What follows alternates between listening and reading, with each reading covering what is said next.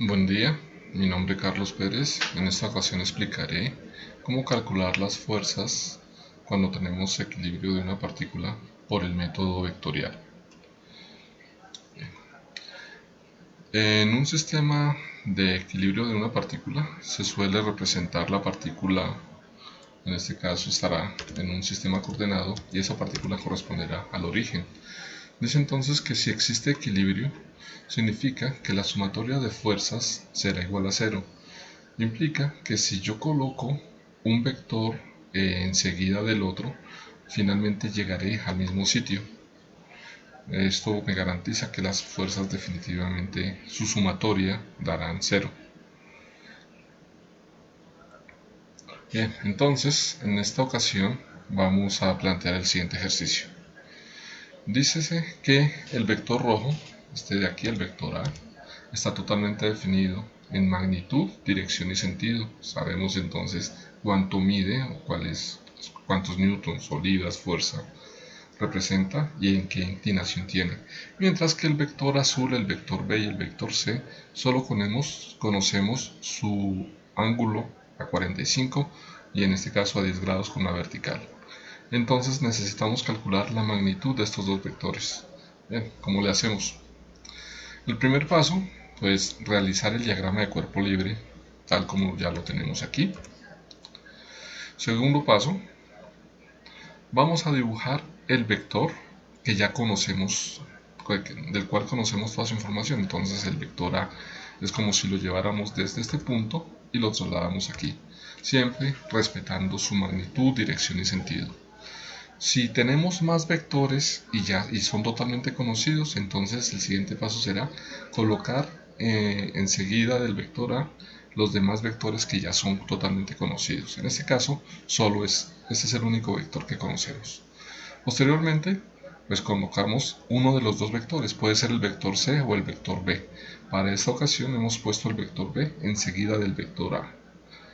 El siguiente paso, como solo hay tres vectores, entonces el vector C tendrá que cerrar el bucle y tendrá que llegar, la cabeza del vector C llegar a la base del vector A. Posteriormente, pues como debe cumplirse la teoría de que la sumatoria de los vectores será igual a cero, entonces simplemente proyectamos el vector C y el vector B hasta que se cierre el triángulo. Noten ustedes, aquí voy a adelantar y retroceder mi diapositiva para ver la proyección. Vemos cómo el vector B se ha recortado mientras el vector C claramente pues se ha tenido que extender.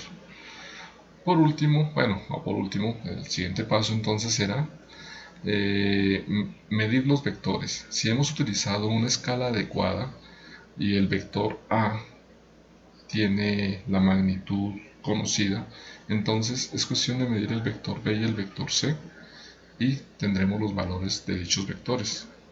Bien, ventajas y desventajas de ese sistema.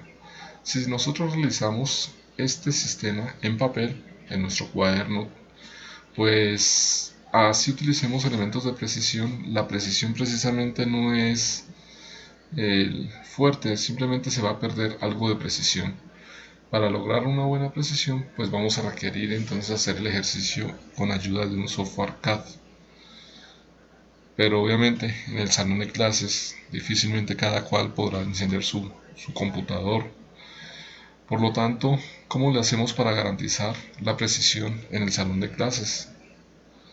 Bien, los pasos entonces son los siguientes.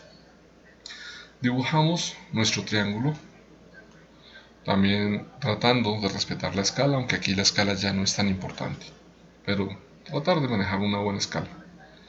Luego vamos a encerrar nuestro rectángulo, nuestro polígono, porque recordemos aquí tenemos un triángulo, pero si tienen más fuerzas, pues ya será un polígono.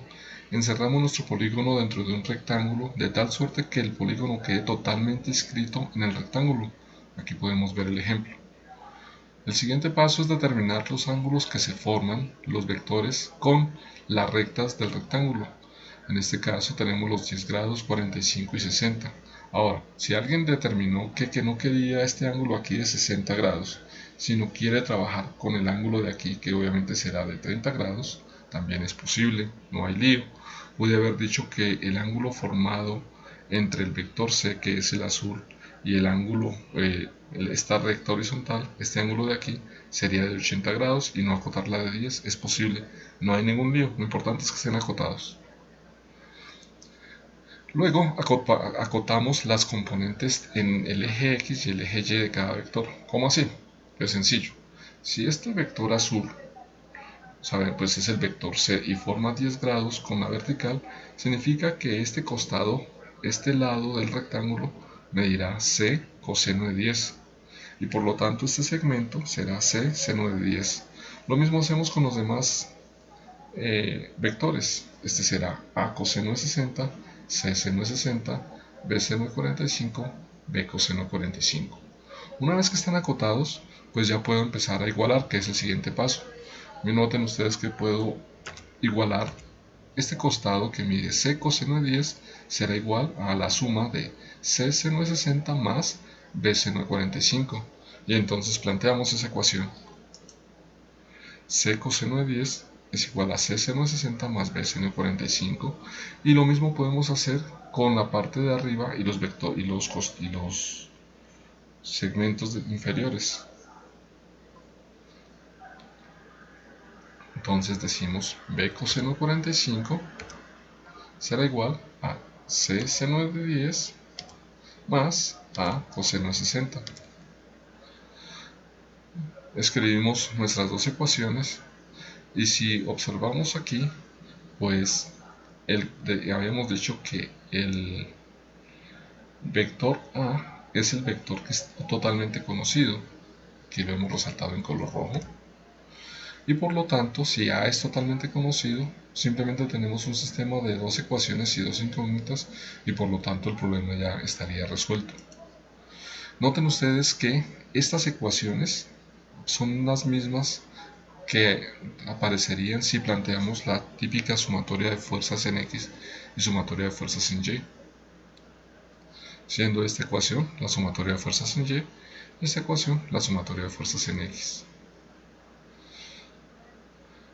Este método puede funcionar con más vectores siempre y cuando sean máximo dos vectores con incógnitas, es decir, puedo aquí colocar un cuarto vector D del cual es necesario que se conozca toda la información. Solamente se permite que sean dos vectores los que tengan incógnitas. Si tenemos tres vectores con incógnitas, este sistema, de hecho el ejercicio será estáticamente indeterminado, no se podrá calcular.